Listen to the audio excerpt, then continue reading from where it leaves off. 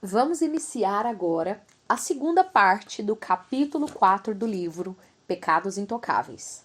A cura do pecado.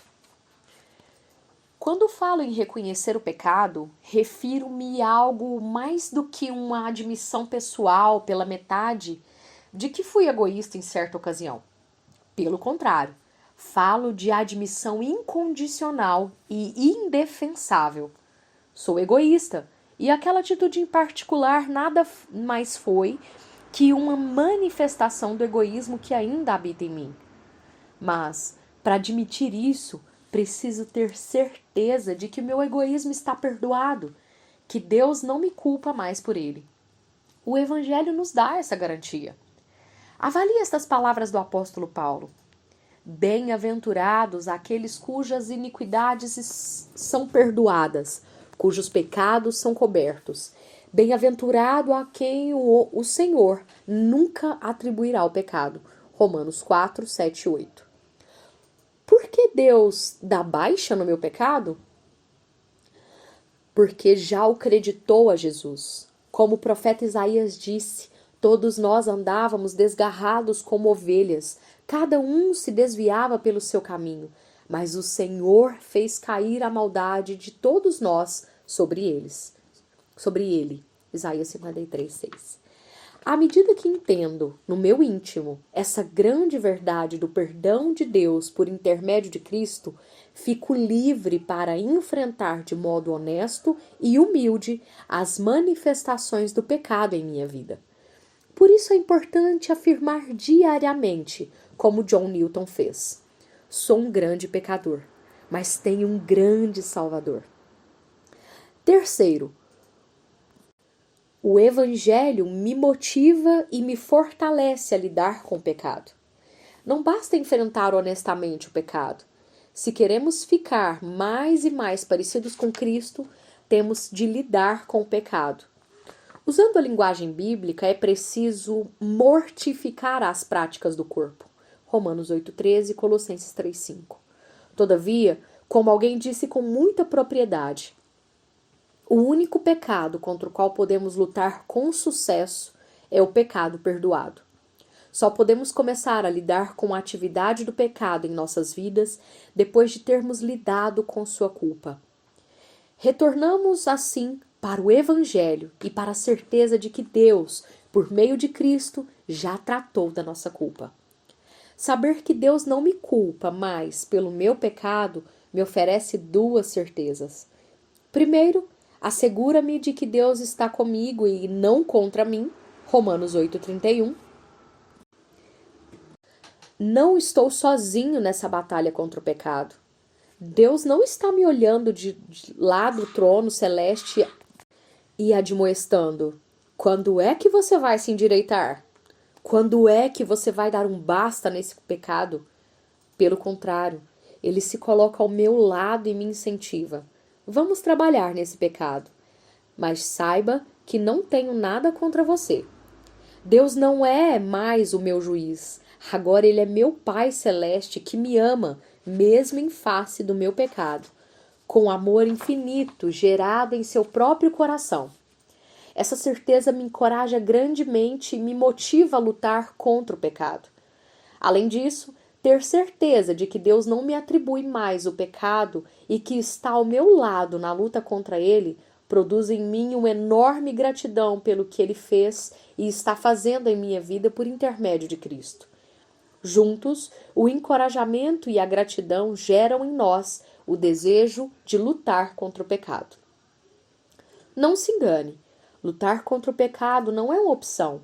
Matar o pecado é uma ordem. É nossa obrigação realizar essa tarefa. Todavia, obrigação sem disposição logo resulta em canseira. É a verdade do Evangelho reafirmada em nossos corações diariamente que planta em nós o desejo de realizar essa tarefa. É o Evangelho que alimenta o fogo de nossa motivação para lidar com nossos pecados intocáveis e sutis. É o Evangelho que nos motiva a viver diariamente o que somos aos olhos de Deus. Vemos, então, que a apropriação diária do Evangelho que nos assegura O perdão dos pecados é uma parte significativa de nossa luta contra o pecado. Não é a única parte.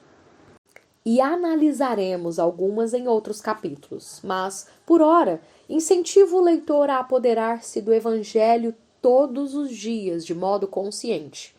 Alguém disse: pregue o Evangelho a você mesmo todos os dias. É assim que nos apropriamos diariamente e de modo consciente do Evangelho. Temos de anunciá-lo a nós mesmos dia a dia. Além disso, temos de personificá-lo, como Paulo fez ao escrever sobre o Filho de Deus, que me amou e se entregou por mim. Gálatas 2:20, grifo nosso. Também é bom personificar o amor do Pai de maneira semelhante. Por exemplo, parafraseando 1 João 4:10. Nisto está o amor. Não fui eu que amei a Deus, mas foi Ele quem me amou e enviou seu Filho como propiciação pelos meus pecados. Grifo do autor. A boa notícia de que Deus não vai jogar os meus pecados na minha cara, que Ele me perdoou de verdade, é tão espetacular e tão contrária à nossa forma de pensar que, francamente, parece boa demais para ser verdade. Particularmente num dia em que os acontecimentos escancaram seu egoísmo, sua impaciência ou seus ressentimentos, aí é que a notícia parece mesmo boa demais para ser verdade. Tive um dia assim. Precisei correr para a Bíblia, ler de olhos arregalados sobre o perdão de Deus anunciado em suas páginas e pregá-lo a mim mesmo.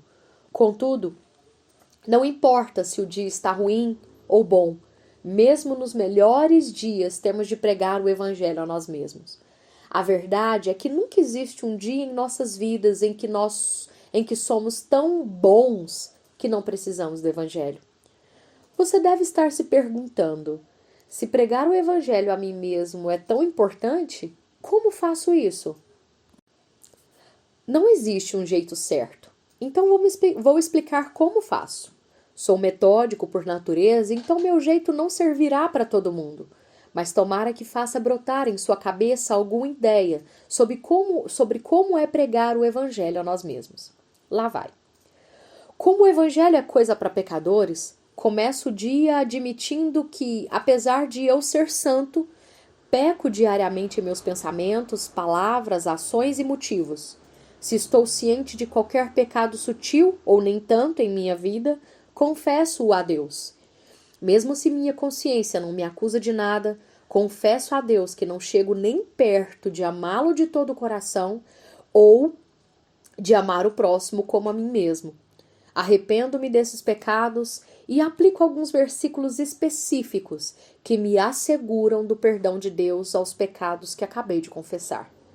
A seguir, estendo as promessas do perdão de Deus apresentada nesses versículos para toda a minha vida e admito que minha única esperança de ficar bem com Ele naquele dia é por meio do sangue de Jesus derramado por meus pecados e por sua vida de retidão em meu favor. Edward Mote aprendeu de maneira belíssima essa confiança nos dois aspectos da obra de Cristo por mim, nesta frase de seu hino The Solid Rock. Minha esperança não está alicerçada em nada, a não ser no sangue e na retidão de Jesus. Quase todos os dias pego-me cantando essa frase e refletindo nas promessas de perdão contidas na Bíblia. Quais os versículos uso para pregar o Evangelho a mim mesmo? Alguns deles são: como o Oriente se distancia do Ocidente, assim ele afasta de nós nossas transgressões. Salmo 103, verso 12. Eu mesmo, sou o que apago as tuas transgressões por amor de mim e não me lembro dos teus pecados. Isaías 43, 25. Todos nós andávamos desgarrados como ovelhas, cada um se desviava pelo seu caminho, mas o Senhor fez cair a maldade de todos nós sobre ele. Isaías 53, 6. Bem-aventurados aqueles cujas iniquidades são perdoadas, cujos pecados são cobertos. Bem-aventurado o homem a quem o Senhor nunca atribuirá o pecado. Romanos 4, 7, 8. Portanto, agora já não há condenação para os que estão em Cristo Jesus. Romanos 8:1. Há muitos outros, incluindo o Salmo 130, verso 3 e 4, Isaías 1, verso 18, 38 e 17, Isaías 38, verso 17, Miqueias 7, 19, Efésios 1, 7, Colossenses capítulo 2, verso 13 e 14, Hebreus capítulo 8, verso 12 e capítulo 10, verso 17 e 18. Sejam quais forem os versículos que usemos para nos certificar do perdão de Deus, precisamos entender que, afirmando claramente ou não, a única base para o perdão de Deus é o sangue de Cristo derramado na cruz por nós. Como disse o autor de Hebreus, sem derramamento de sangue não há perdão. Hebreus 9, 22. E o contexto deixa claro que o sangue de Cristo é o critério objetivo pelo qual Deus perdoa nossos pecados. Esta é, então, a primeira parte da boa notícia do Evangelho. Deus perdoou todos os nossos pecados por intermédio da morte de seu Filho na cruz. Voltando ao hino de To Played, Rock of Ages, essa é a primeira parte da cura dupla, isto é, ser purificado da culpa do pecado.